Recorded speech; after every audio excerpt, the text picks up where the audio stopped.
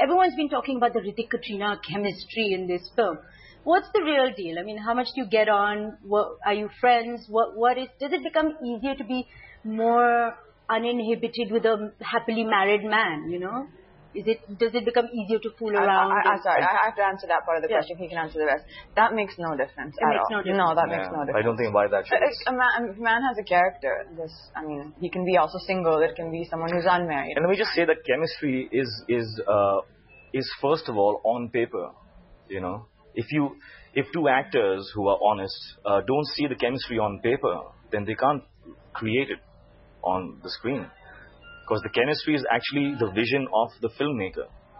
You know, what the people are watching and reacting to is her vision.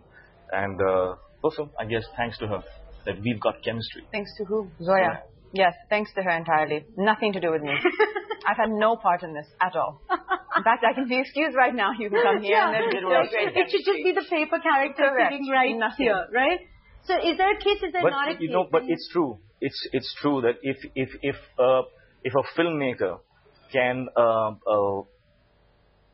visualize chemistry between a guy and a tangible thing, and if it's inspiring, it'll still work. Philosophy. I mean, you've seen cartoons and what? I didn't say anything. I just said philosophy. I mean, there's a film called Castaway. You know, there was this relationship that was built between the guy and a football. And you actually cry when he... He is comparing me to a football? He is comparing the chemistry he has with me to a football? I could have been a football. I might as well have been a football. Okay, I'm sorry. You're definitely more than a football. I'm definitely more than a football. Just ever so slightly. Yeah. Ever so slightly. No, but is there a case or isn't there a case? Do we see a lip lock in this film or not? Because much has been made about this. Yeah. We can't tell you. We just can't tell you. And what is this no-kiss clause that you have in your contract? Is this like a real thing or this is another media fabricated...